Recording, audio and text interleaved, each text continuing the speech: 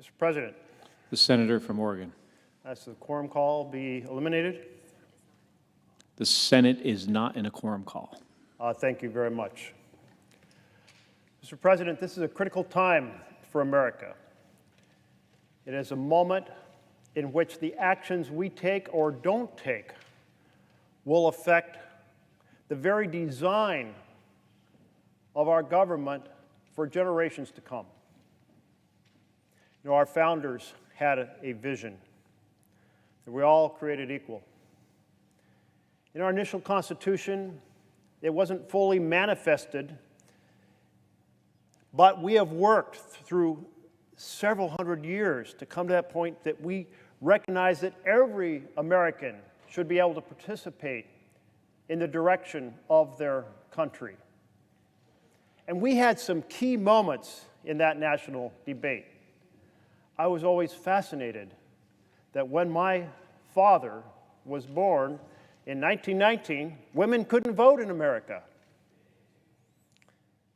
And we had all kinds of other barriers for communities of color, for Black Americans, for Native Americans.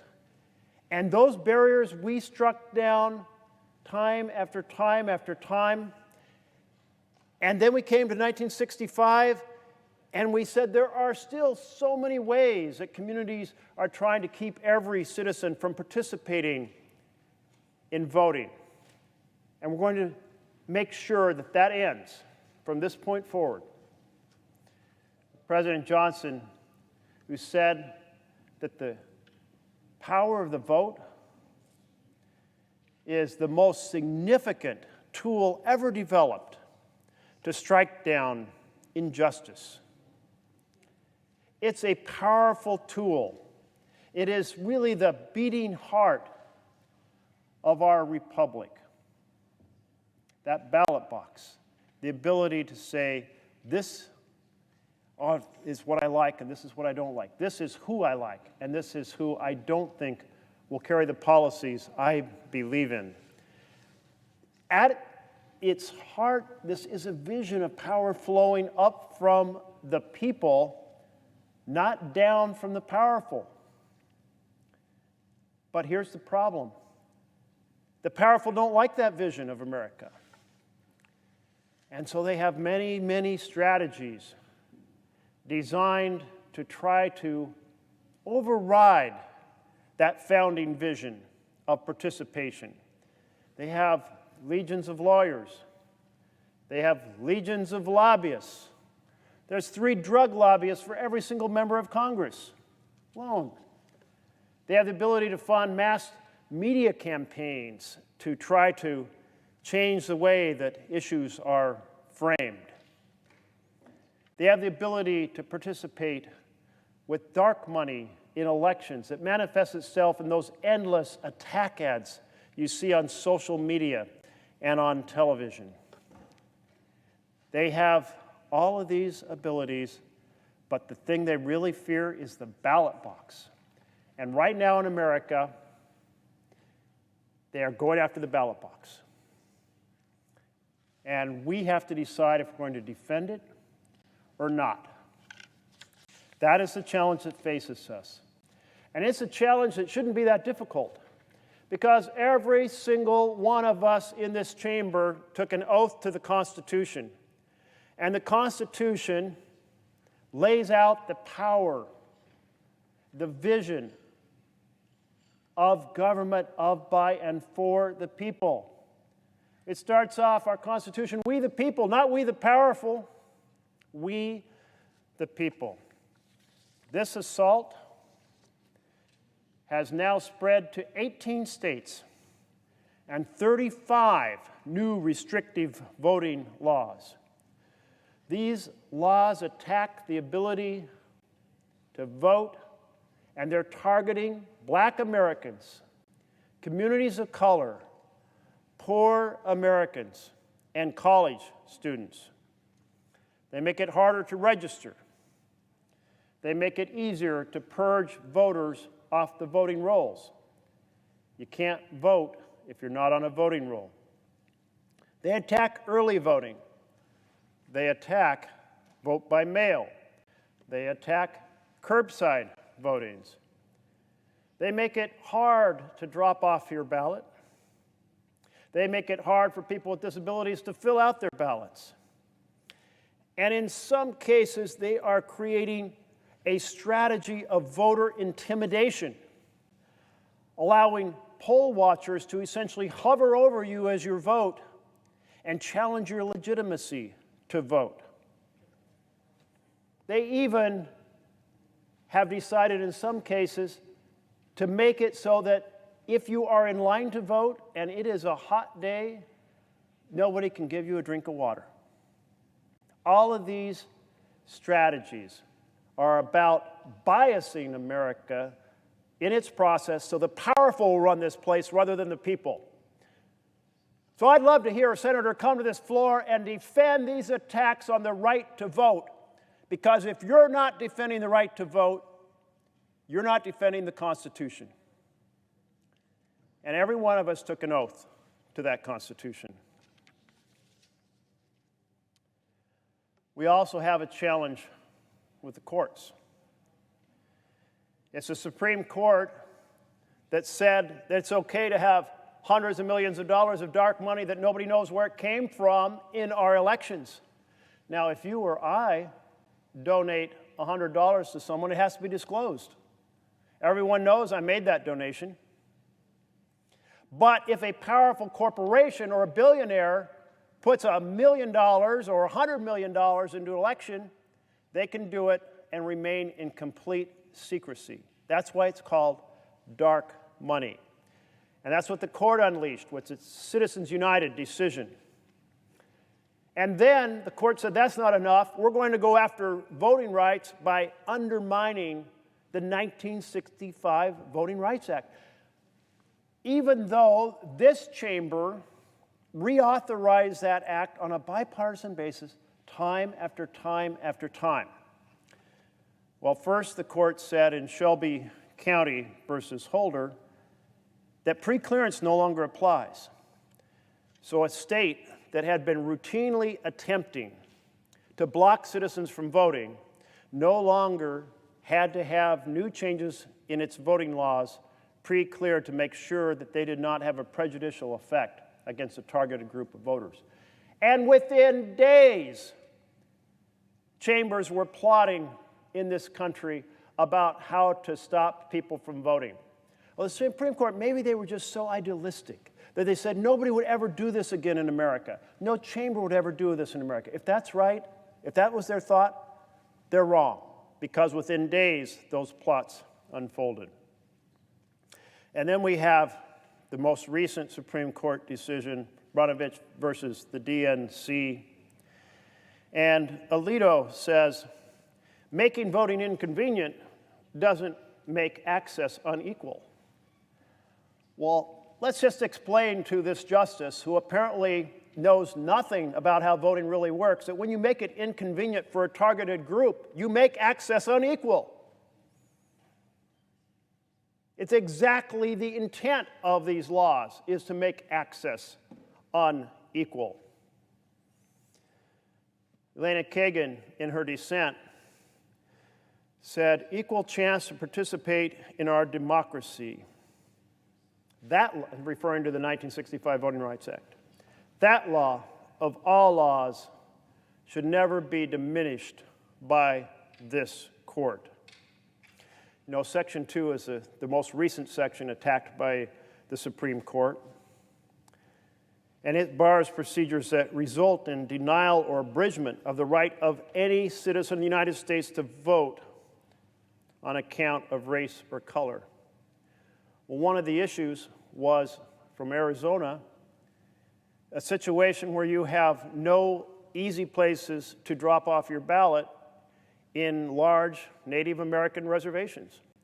So by banning the ability for people to collect ballots and drop them off, you essentially make it extraordinarily difficult for this targeted community to vote. And that was the intent. That was the intent.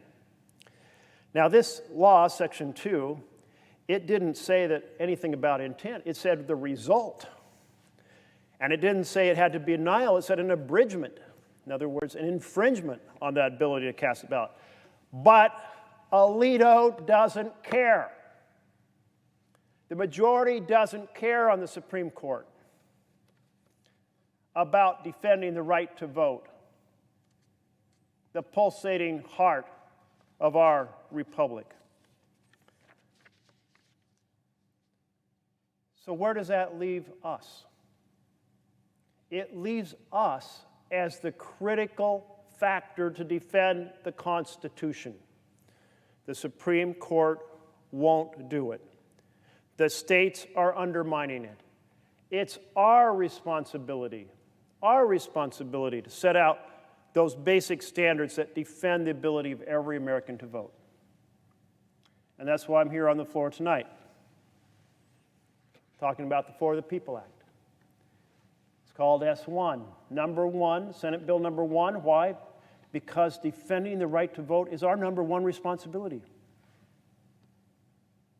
That's the challenge we face. And if we fail in this challenge, then across this country, in state after state after state, communities are being targeted to make it hard for them to vote, and it will be harder for them to vote, and it will change the outcome, and it will destroy the idea of equal representation, and we cannot let that happen.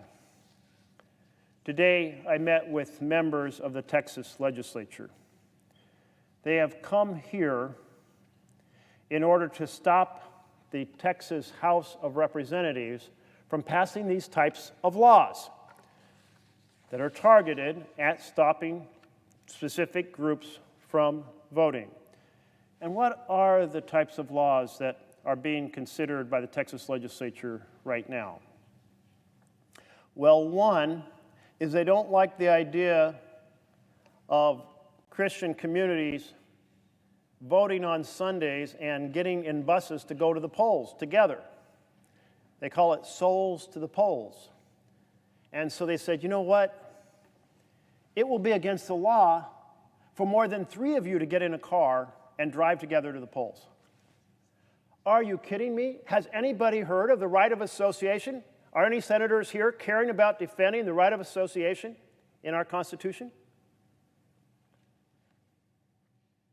Can you imagine something so diabolical? Say, oh, 3 of you can get in a car, but not 4.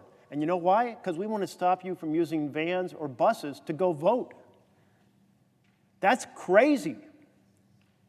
It's as crazy as the Georgia effort to stop people from passing out water in long voter lines. What else is Texas legislature trying to do? Well, infringing on overnight voting. In other words, voting for people who have long hours, who are working during the day. Overnight voting really made the ballot accessible. They're attacking drive-through voting. They're attacking online registration. They're attacking assistance to disabled Americans. They are making it easier to purge voters off the lists of voters, the registration lists. They even have in that bill stopping election workers from sending out absentee ballot applications.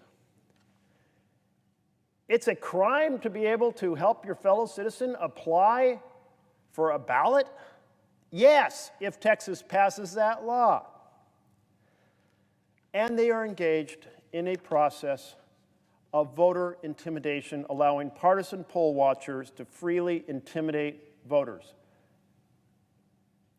That is wrong on so many levels. You know, intimidation is something that has a long history in our country. It's a very racist history. I remember one of the stories after the Civil War. You had a situation where you'd form a group of horses surrounding a ballot poll place to prevent black Americans from being able to get to the poll to vote. And there were all kinds of other voter intimidation strategies. They were racist strategies. These efforts to stop black Americans from voting, these are racist strategies. They're simply wrong.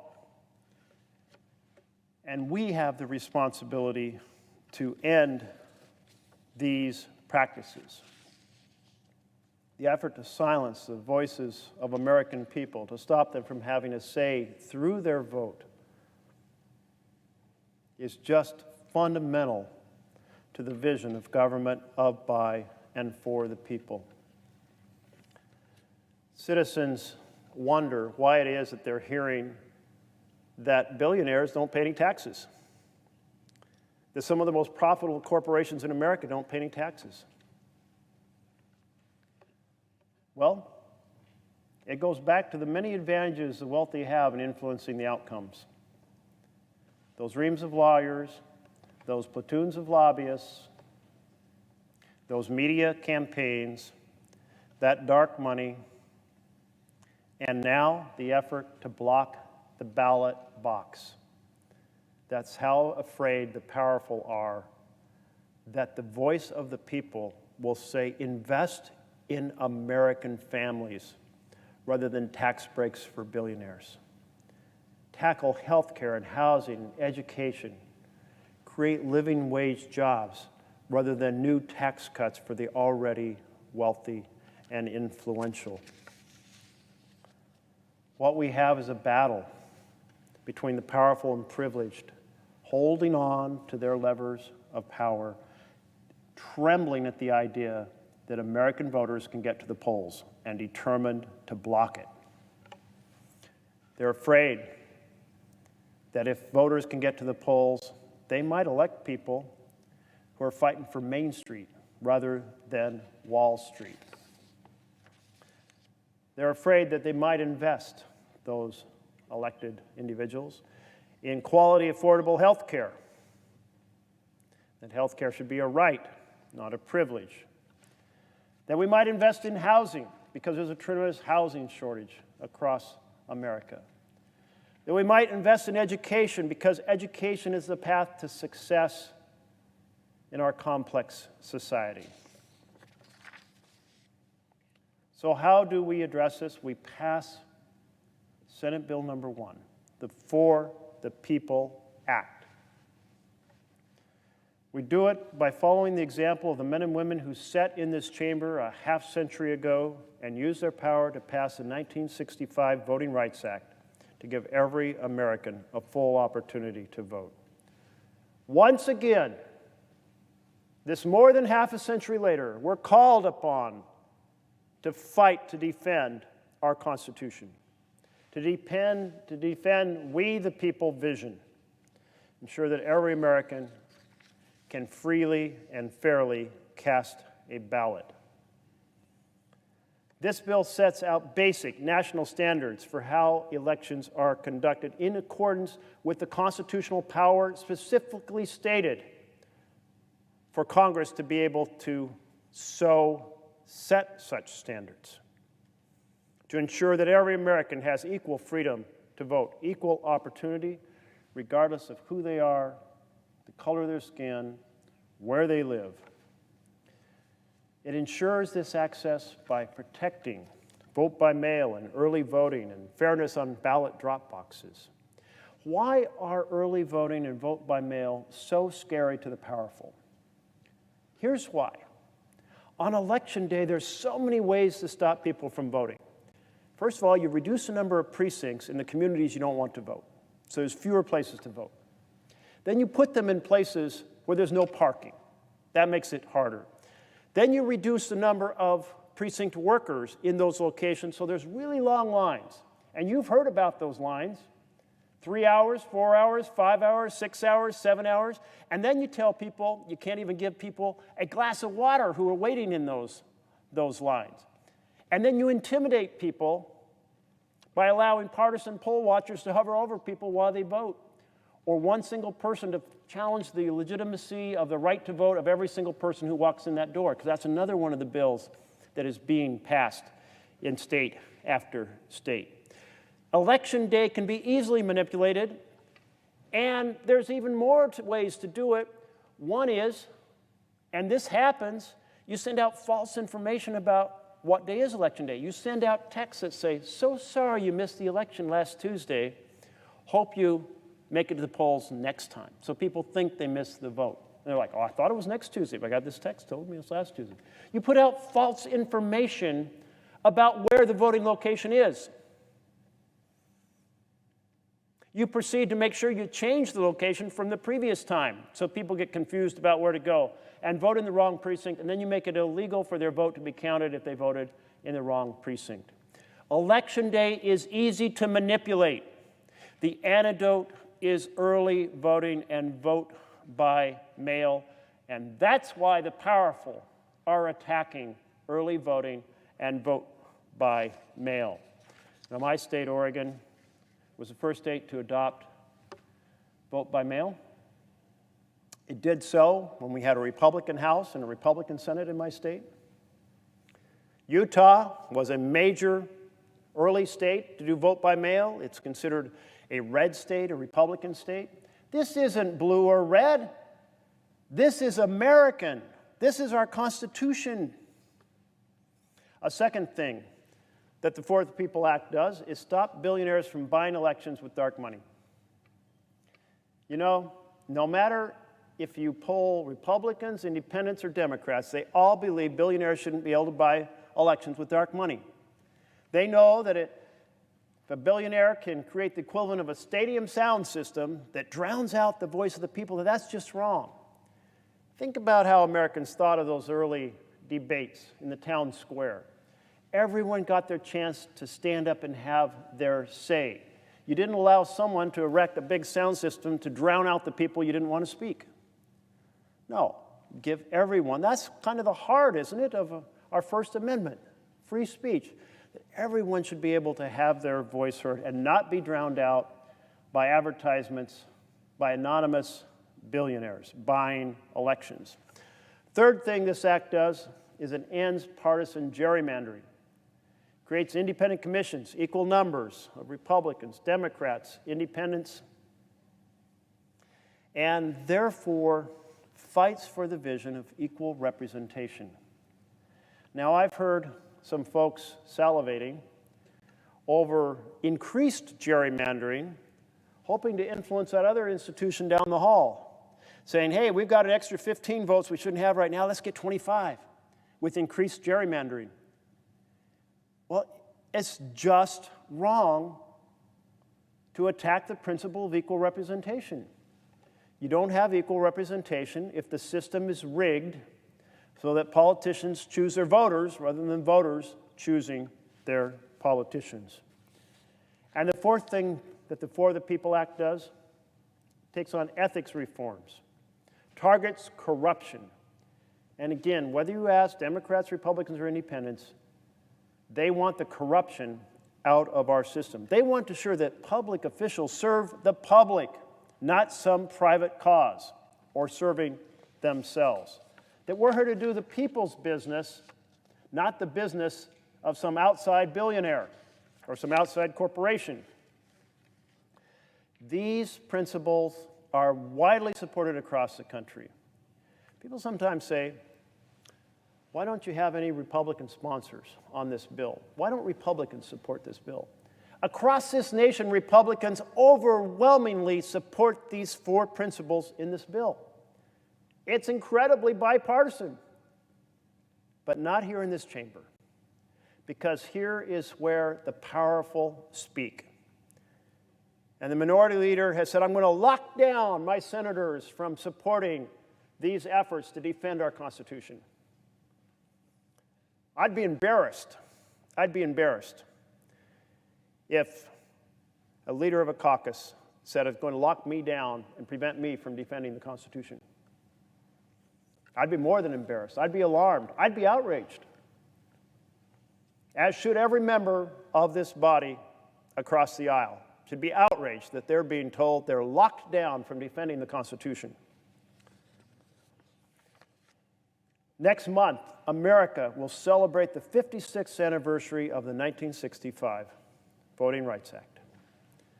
The most powerful, significant advancement this nation has ever made to realize the we the people vision of America.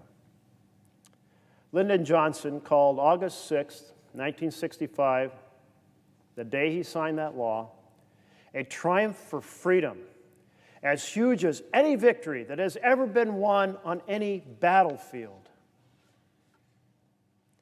He said, the heart of the act is plain. Wherever, by clear and objective standards, states and counties use regulations or laws or tests to deny the right to vote, then they will be struck down. Well, that's our job. To do what President Johnson thought was accomplished when he signed the Voting Rights Act. To strike down regulations, laws, or tests designed to deny the right to vote to targeted groups of Americans across this country. So let's do our job. Put this bill on the floor and get it passed. Thank you, Mr. President.